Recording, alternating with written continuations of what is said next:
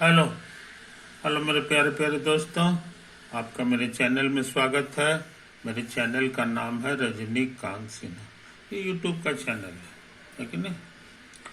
अभी जो हमारा वीडियो चल रहा है ना, वो लेक्चर नंबर 69 है और उसका थंबनेल पे टाइटल है BIIT टॉपर इन ₹500। 500 रुपया जमा करो मेरे दोस्त, और जिंदगी का सबसे बड़ा सुख का भोग करो, है ना। वो IIT टॉपर। तो मेरे वीडियो लाजवाब है।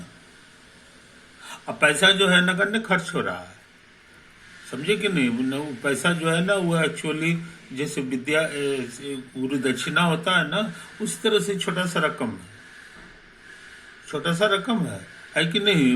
वो बाकी बाकी जगह की तरह हम तुलना नहीं कर सकते हैं, है कि नहीं। तो उतना पैसा तो तुम जो है बेधड़क होकर हमें जमा कर दो, है कि नहीं। कहाँ जमा करोगे सो भी मैं बता देता हूँ, देखो ये मेरा नाम है रजनीकांत सिन्हा। आई बैंक का कोड है ना। IC में ट्रांसफर कर दो, अकाउंट हमारा यही है ना। तो इसी नंबर पे जो है ना, तुम अपना मनी ट्रांसफर कर दो। कितना नहीं, ज़्यादा नहीं, बहुत थोड़ा सा रकम है। 500 रुपये का एक नोट है, वही ट्रांसफर कर दो, है कि नहीं। और उसके बाद जो है जिंदगी का सुख भोगो। ये बहुत लाजवाब वीडियो है, बहुत लाजवाब वीडियो है। एक्सपर्ट आदमी द्वारा बनाया गया चीज़ है कि नहीं। मेरा नाम रजनीकांत सिन्हा है और हमको जानते हैं, समझे कि नहीं। तो इस बात को समझ लो। अब हम क्या करना चाहते हैं इस वीडियो में, सो समझ लो। इसका नंबर है 69 है कि नहीं। तो पिछला वीडियो में जो है हम ये काम किए थे। sin 3 अल्फा का फार्मूला खोजे थे। 3 sin अल्फा -4 sin क्यूब, ये हम कर चुके हैं। आज सोचते हैं ये फार्मूला करें। इसमें ये हो जाता है -3 cos अल्फा हो जाता है। ये कैसे आया, इसका प्रूफ करने जा रहे हैं, इसका प्रूफ करने जा रहे हैं। तो LHS लिख दो। LHS हमारा है cos 3 अल्फा। तो 3 अल्फा को हम लिख सकते हैं अल्फा प्लस 2 अल्फा, है कि नहीं। तो ये अल्फा हो गया, ये बीटा की जगह है। अब कॉस अल्फा प्लस बीटा का फॉर्मूला याद होगा। कॉस अल्फा और गुना कॉस बीटा, बीटा की जगह है। अब प्लस की जगह माइनस। अब सब कुछ यही रहेगा, लेकिन साइन लग जाता है। ये पुराना फॉर्मूला है जो हमने यूज कर दिया। कॉस 2 अल्फा का मेरे पास दो फॉर्मूला है। कॉस 2 अल्फा का एक फॉर्मूला है 1 - 2 sin स्क्वायर अल्फा, एक और फॉर्मूला है 2 cos स्क्वायर अल्फा -1। इसमें से एक मेरे काम का चीज है। चूंकि हमको फाइनल आंसर कॉस में लाना है, इसलिए हमको लगता है ये फॉर्मूला मेरे लिए अच्छा रहेगा। तो इसको हटा के लिख दो, 2 cos स्क्वायर अल्फा -1। अच्छा, इसको उतार दो। और sin 2 अल्फा का एक ही फॉर्मूला है, ये हमको याद है 2 sin alpha into cos alpha, है ना। ये फॉर्मूला यूज कर दो, 2 sin alpha into cos alpha. अब ये गुना करोगे तो हो जाएगा 2 cos क्यूब अल्फा। अब ये गुना करोगे तो माइनस cos अल्फा होगा। और यहाँ गुना करोगे तो 2 cos अल्फा भी होगा, और ये दोनों मिलके sin स्क्वायर अल्फा हो जाएगा, जिसका फॉर्मूला याद होगा। और सारा चीज कॉस में बदल गया। अब ये गुना करोगे तो minus minus plus 2 cos alpha आएगा। और ये पहले से है तो 2 और 2 4 हो गया। ये सॉरी स्क्वायर नहीं, क्यूब होगा, और ये भी क्यूब है, तो ये इतना हो गया। और इसको देखो, एक बार है और ये वही चीज 2 बार है, तो -1 -2 -3 बार हो गया। यही तो लाना था जनाब। 4 cos क्यूब अल्फा और -3 cos अल्फा। तो इसका भी प्रूफ हम लोग कर चुके हैं, इसका भी प्रूफ हम लोग कर चुके है कि नहीं। अच्छा, अब हम सोच रहे हैं tan 3 अल्फा लिख दे, है ना, इसका काम खत्म। तो tan 3 अल्फा को हम सोच रहे हैं ऐसे लिख दे, अल्फा प्लस 2 अल्फा, है कि नहीं। फॉर्मूला याद होना चाहिए, tan अल्फा प्लस बीटा का ये होता था tan पहल का अब प्लस tan दूसर का अब बटे 1 माइनस दोनों का प्रोडक्ट,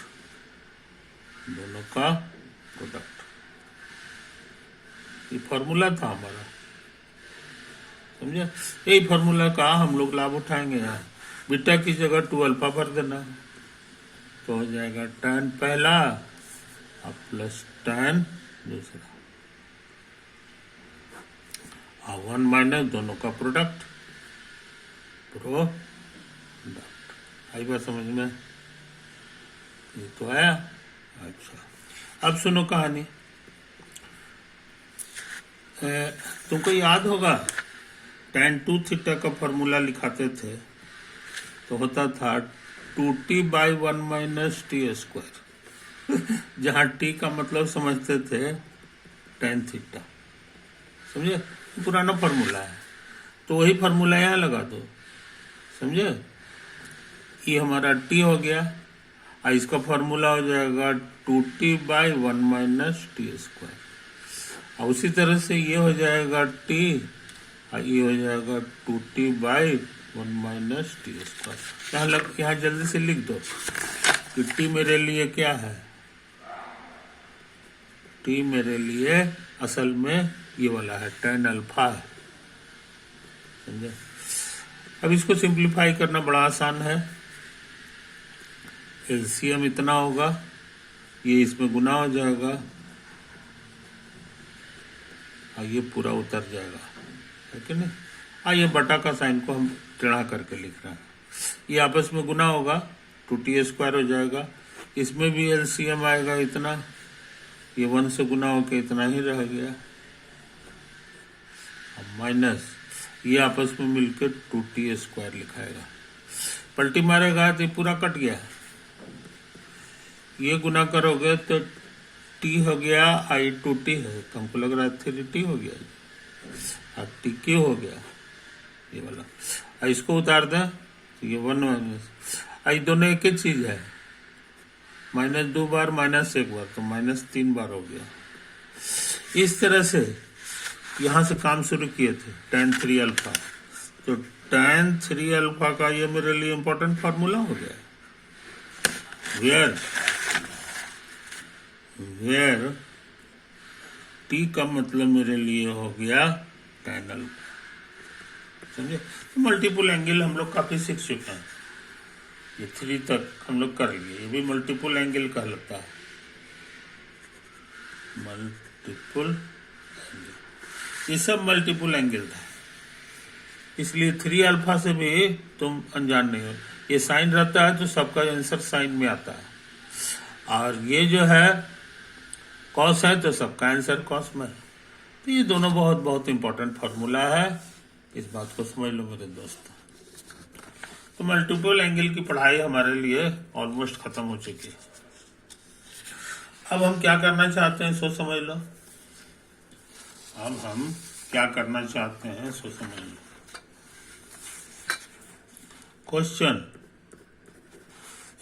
क्वेश्चन भी छोड़ दो,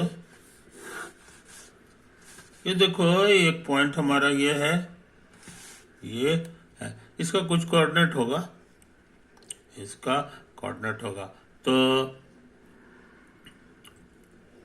अंदाज से तो हमको लग रहा है 1 2 3, तो इसका कोऑर्डिनेट हमको लग रहा है कि हम लोग 3,1 है कि नहीं।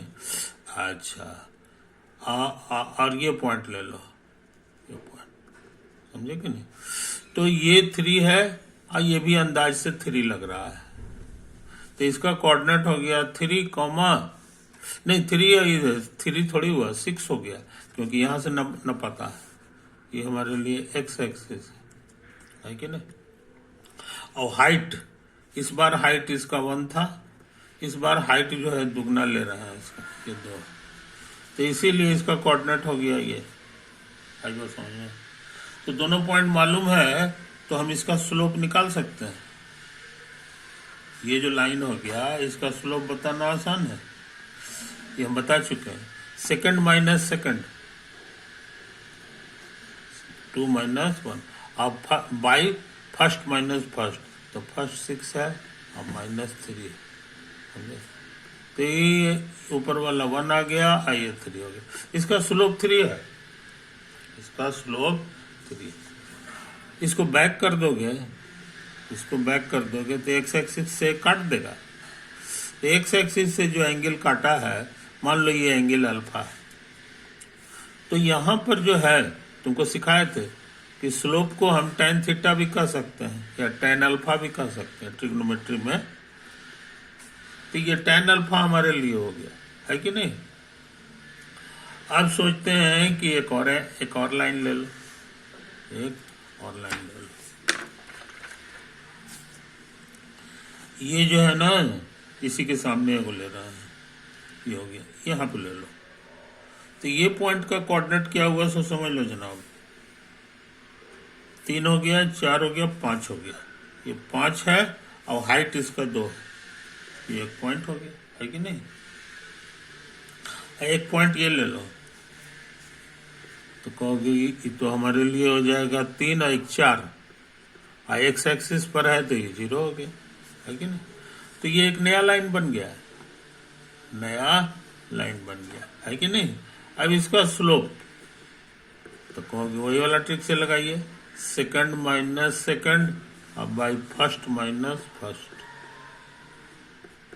ये 2 हो गया, ये 1 हो गया, तो 2/1 ये 2 हो गया इसका स्लोप जी।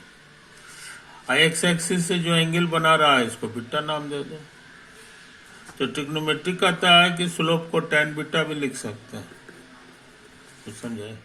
एक तो है ये दोनों लाइन के बीच का जो एंगल है इसको हम लोग थीटा नाम दे दें, सपोज कर लिया, सपोज कर लिया।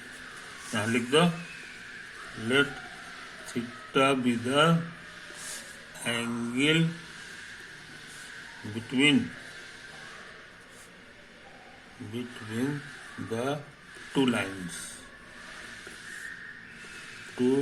lines shown in the figure,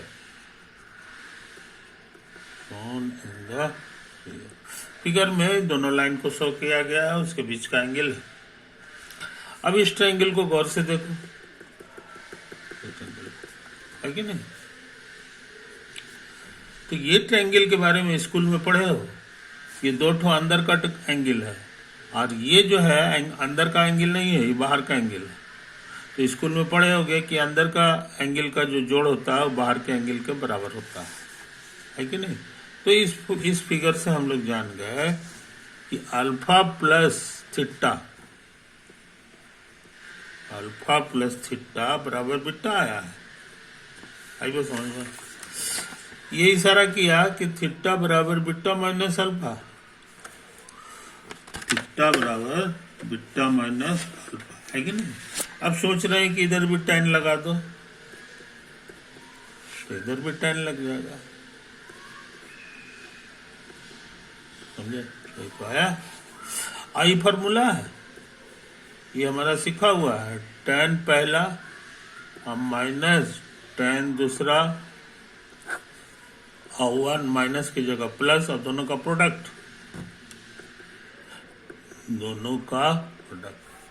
खुशी की बात ये सब हम निकाल चुके हैं। देखो tan बीटा मेरा 2 था, तो 2 लिख देंगे। tan अल्फा हमारे लिए कितना था, ये देखो यहाँ लिखा हुआ है 1/3, ये 1/3 हो गया। तो ये 2 हो गया, ये 1/3 हो गया। मोटी लकीर एलसीएम निकालोगे 3 आएगा, 3 दूनी 6 माइनस 1, और ये कितना होगा एलसीएम 3, 3 इकाई 3 और प्लस 2, पलटी मारेगा 3 3 कट गया, समझे। 6 में से 1 गया 5, ये भी 5 कट छट के आ गया 1। याद होगा tan 45 डिग्री यही होता है, समझे। भूल गए तो हम तुमको याद करा दें। tan 45 डिग्री का मतलब हो गया sin 45 बाई cos 45। और तुमको याद होगा ये दोनों के दोनों सेम वैल्यू देता है, 1/√2। कट छट के बना गया। तो अच्छे लड़के इस फॉर्मूला को नहीं भूलते हैं। tan 45 को हम चाहें तो π/4 कहेंगे, तो अच्छे लड़के इस फॉर्मूला को याद रखते हैं, समझे। तो ये tan 45 डिग्री हो गया, और इधर है tan थीटा। अभी दोनों को तो गौर से देखो, तो इशारा कर दिया कि थीटा बराबर 45 डिग्री। ये 45 डिग्री होगा बीच का एंगल। ये देखो, आज देखने में भी लग रहा है करीब करीब 45 डिग्री, है कि नहीं। तो इसी बहाने तुम जान गए कि दो लाइन के बीच का एंगल कैसे निकलता है। इसी बहाने तुम जान गए कि ट्रिग्नोमेट्री का ये सब जो फॉर्मूला है कितने काम का है। खट हमको बहुत बढ़िया चीज दे देता है। तो दो लाइन के बीच का एंगल निकालने में ये फॉर्मूला बड़ा काम करता है कि नहीं। इसीलिए फॉर्मूला जो है ट्रिग्नोमेट्री का, ऐसे नया आदमी कहेगा कि इसमें ट्रिग्नोमेट्री कहाँ है, ये तो खाली जो है कोऑर्डिनेट ज्योमेट्री है। ऐसा नहीं है, कोऑर्डिनेट ज्योमेट्री में भी ट्रिग्नोमेट्री की जरूरत पड़ती है कि नहीं। तो हमको उम्मीद है मेरे दोस्त तुम इसको अच्छी तरह समझ रहे होगे, समझे कि नहीं। तो आगे बढ़ जा।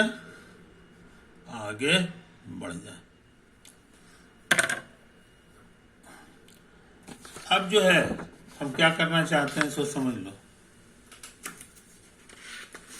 अब हम क्या करना चाहते हैं सो समझ लो।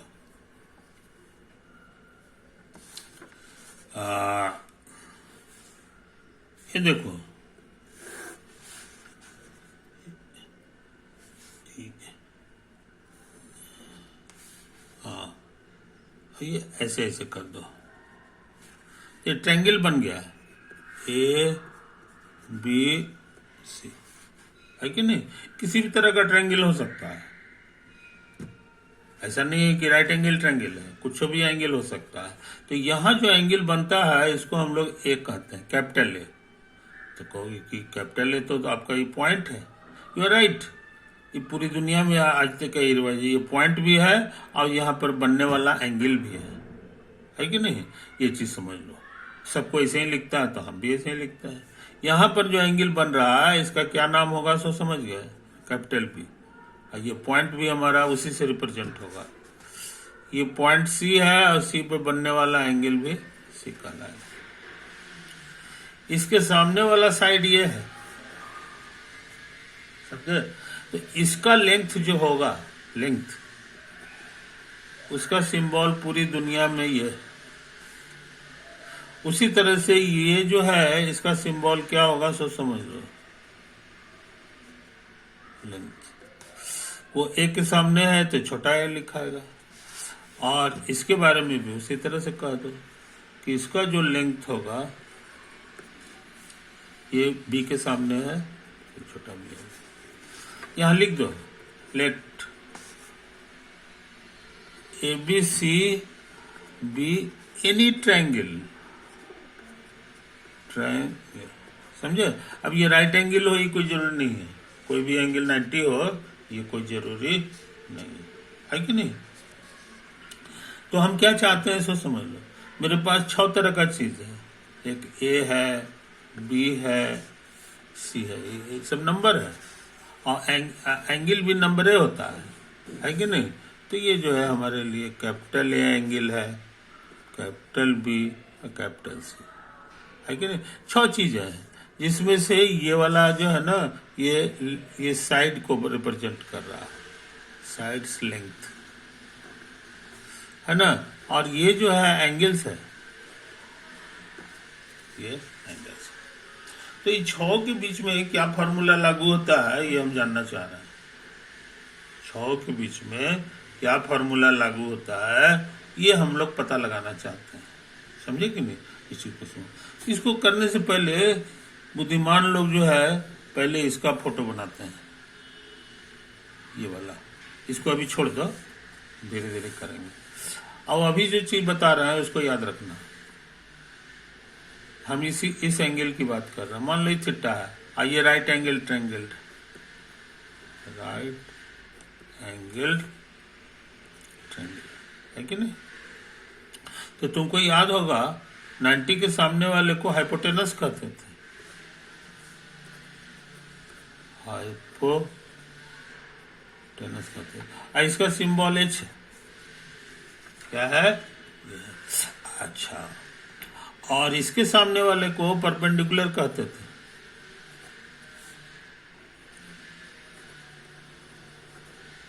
परपेंडिकुलर का सिंबल था मेरे लिए पी। और ये जो बाकी बच गया है कि नहीं, इसी का नाम था बेस, जिसके लिए सिंबल हम लोग यूज करते थे बी। और याद है फॉर्मूला तुमको पाइथागोरस थ्योरम, ये कहता था एच स्क्वायर बराबर पी स्क्वायर प्लस बी। आई बस समझ में, कोई दिक्कत? तो ये पुराना नाम है। अब हम क्या करने जा रहे हैं, सोच समझ लो। मान लो ये एंगल थीटा मालूम है और ये हाइपोटेनस मालूम है कि नहीं? तो मान लो ये हाइपोटेनस तुम्हारे लिए ए, हाइपोटेनस। अब हम क्या करने जा रहे हैं, सोच समझ लो। हम इसको लिखना चाह रहे हैं। तो ये क्या चीज है, ये मत भूलो, ये बेस है तुम्हारा, है ना? तो बेस को हम लिख सकते हैं बेस, अब भाग दे जिस चीज से उसी से मल्टीप्लाई भी करना होगा। तो हम सोचते हैं हाइपो से भाग देते हैं, क्योंकि हाइपो हमको मालूम है, तो हाइपो इधर भी लिखाएगा, समझे? अब बेस बाय हाइपो क्या होता है ये भूलना नहीं चाहिए। ट्रिग्नोमेट्री कहता था कि बेस बाय हाइपो को हम लोग लिखेंगे कॉस थीटा। कॉस थीटा हो गया बेस बाय हाइपो। अब हाइपो कितना है ये लिखा हुआ है यहाँ पे, है कि नहीं? तो ये चीज हो गया। अब हम इसकी बात कर रहे हैं।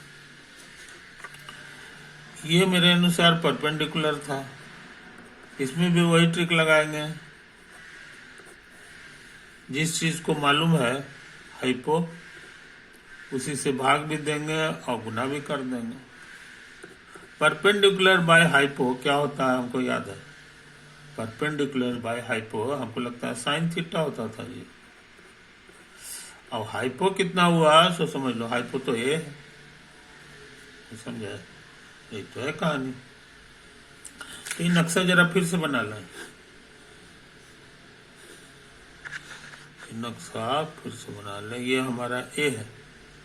तो अभी सीखे हैं कि ये वाला जो लेंथ है ये इतना हो जाता है ए साइन थीटा, और ये जो हो जाता है ये हो जाता है कितना होता है जी, हाँ ए कॉस थीटा, ए कॉस थीटा। तो अच्छे लड़के ये फोटो को याद रखते हैं, ये सब कैलकुलेशन नहीं करता। ये कैलकुलेशन जब भी हाइपो दिया रहेगा तब जो है यहाँ साइन लगा देंगे और यहाँ कॉस लगा देते हैं, बस सब कुछ सही हो जाता है, सब कुछ सही होता है। तो ट्रिग्नोमेट्री का फायदा उठा गया, तो यहाँ एक चीज का ये लाभ हुआ, एक चीज का ये लाभ हुआ। अब सोचते हैं इसी तरह का एक और फोटो बना रहे हैं। इस बार जो है कोई दूसरा साइड को हम लोग मानेंगे कि मालूम है।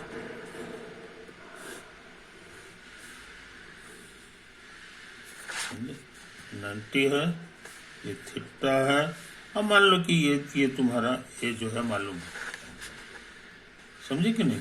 हम इसको निकालना चाह रहे हैं, हम इसको निकालना चाह रहे हैं। तो याद रहे ये वाला बेस है, इस एंगल के हिसाब से होता है। तो बेस को रहने दो और जो चीज मालूम है उससे भाग दे दो और गुना कर दो। तुम्हारे फोटो में ये परपेंडिकुलर है,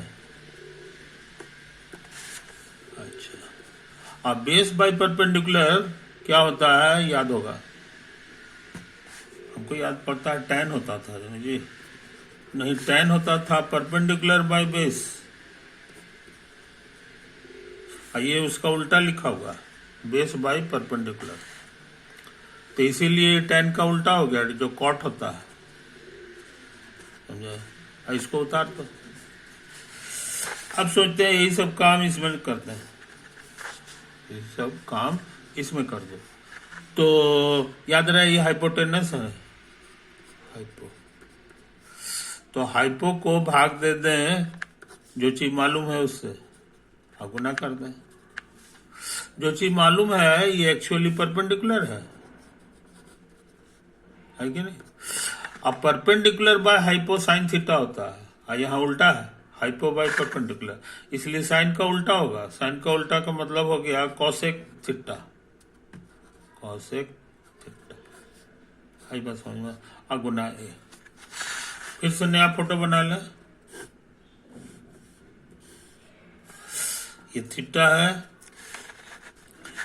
ए है, तो ये कितना होगा अभी अभी निकालें, ए कॉट थीटा, ए कॉट थीटा। ये कितना है ये भी हम लोग अभी अभी निकाल रहे हैं, ए कॉसेक थीटा, ए कॉसेक थीटा। तो दूसरा फोटो ये हो गया। दूसरा फोटो दो फोटो बताए थे ना, एक ये है एक ये। हाइपोटेनस मालूम रहे तो इधर साइन कॉस लग जाता है, और परपेंडिकुलर मालूम रहे तो इधर कॉट लगता है इधर कॉसेक लग जाता है। इसी तरह काम दोबारा करो, दोबारा करो। ये थीटा है तुम्हारा, इस बार ए हमको इधर वाला मालूम है, इधर वाला मालूम है कि नहीं। हम इसको निकालना चाह रहे हैं, इसको निकालना चाह रहे हैं, तो इसके लिए परपेंडिकुलर है, तो परपेंडिकुलर को भाग दे देते हैं उस चीज से जो मालूम है, और गुना भी करना होगा। याद रहे ये हमारे लिए बेस है, और ट्रिको का कहना है कि perpendicular by base tan theta होता है, और गुना है। इसी तरह का बुद्धि यहां लगाओ। तो ये तुम्हारा हाइपो है, तो हाइपो को भाग दे दें जो चीज मालूम है उससे, और गुना भी कर दें। अब फोटो में ये बेस है, समझे। और हम पढ़े हैं बेस बाय हाइपोटेनस कॉस होता है, और ये उसका उल्टा है, तो कॉस का उल्टा सेक होता है, तो सेक थीटा और गुना ए हो गया। आई बात समझ में। तो तीसरा वाला फोटो भी हमारा बन गया कि अगर ये मालूम है और ये एंगल मालूम है कि नहीं, तो ये वाला साइड हो जाता है ए tan थीटा, ए tan थीटा, समझे। और ये वाला जो साइड हो जाता है ये वाला, ये होता है ए सेक थीटा, ए सेक थीटा, समझे। अच्छे लड़के इसको भी याद कर जाते हैं, रिमेम्बर द फिगर, समझे। और यहां भी remember the figure, remember the figure, figure को याद कर लो। और एक तीसरा फोटो बनाया है ये, remember the figure, remember the figure. तो इस केस में हाइपो मालूम रहे तो साइन कॉस का खर्चा होता है। अब हाइपो मालूम, हाँ अगर हाइपो नहीं ये तो करिए दिया, आ गया जी, हाँ ये तो करिए दिए है कि नहीं। एक फोटो हमारा ये था कि इसमें जब ऐसा इधर परपेंडिकुलर मालूम रहे तो इधर कॉट लगा दो इधर कॉसेक लगा दो, और अगर तुम्हारा बेस मालूम है तो इधर tan लगा दो और इधर सेक लगा दो, है ना। तो अच्छे लड़के इसको आसानी से याद कर जाते हैं। ऐसा करोगे तो तुम्हारा ट्रिग्नोमेट्री बहुत आसान हो जाएगा, अब कैलकुलेशन करने में तुमको ज्यादा दिक्कत नहीं होगी, है कि नहीं। तो ये चीज समझ लो मेरे दोस्त, ये चीज समझ लो। अच्छा, तो काफी चीज सीख चुके हैं, अब हमको असली काम करना था, इनके बीच में रिश्ता निकालना, है कि नहीं। इनके बीच में 2-3 ठो रिश्ता है जो बहुत इंपॉर्टेंट है, अच्छे लड़के उसको याद करते हैं, है कि नहीं। तो समय ज्यादा हो रहा है ना, तो हम सोचते हैं कि ऐसा करें कि इसको यहीं पे ऑफ कर दे रहे हैं, है ना। बैकग्राउंड को याद रखना, बाकी काम हमारे लिए बच्चों का खेल है। ओवर।